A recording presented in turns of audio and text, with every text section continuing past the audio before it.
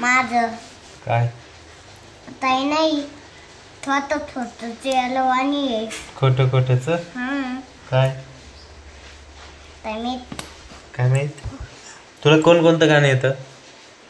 रडू नको बाळा रडू नको बाळा हां पुढे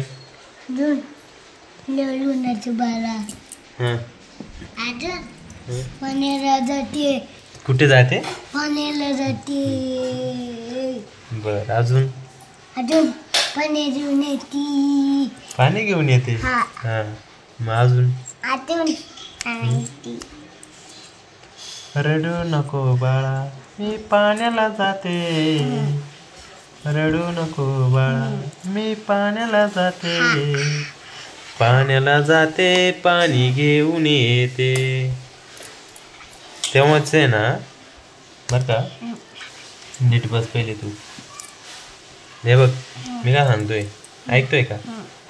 पहिले जे आहे ना आई काय करायची की ती कामाला जायची ना शेतात तर शेतात कामाला जायची तर मग तिचा मुलगा आहे ना असा एका बांधावर आहे ना ठेवला असायचा तिथं त्याची बहीण असायची किंवा कोणी असं मुलं राहायचे ना तर ती गाणं म्हणायची ती विहिरीवर जायची काम आपलं पाणी घ्यायला तर मग तिथे विहिरीवर जायची तर ती पाणी घेऊन यायची ना तर पाणी घेऊन येताना ती म्हणायची तर आता ती मम्मी आणि हां बरोबर तर ती त्याची मम्मी पाणी घ्यायला जायची तर मग तो रडायचा बाळ मग काय म्हणायची त्याची मम्मी रडू नको बाळा मी पाण्याला जाते रडू नको बाळा मी पाण्याला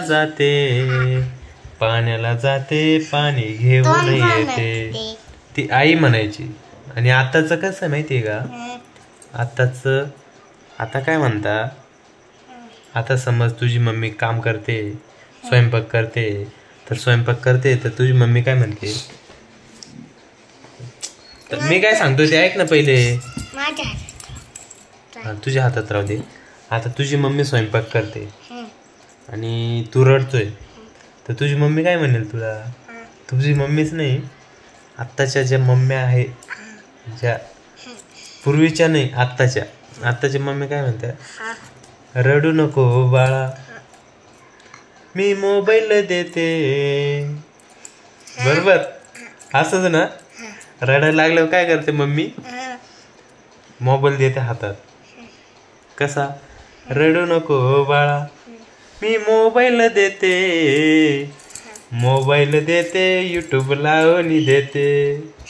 बरोबर आहे ना मोबाईल देते यूट्यूब लावून देते रडू नको बाळा मी मोबाईल देते आताच कंडिशन अशी मोबाईल दिला की गपचूप बसता मोबाईल नाही दिला तर विचित्रपणा करताय अरे असं नाही करायचं मुलं बरोबर आहे की नाही बरोबर नाही बरोबर आहे ठीक आहे चल बाय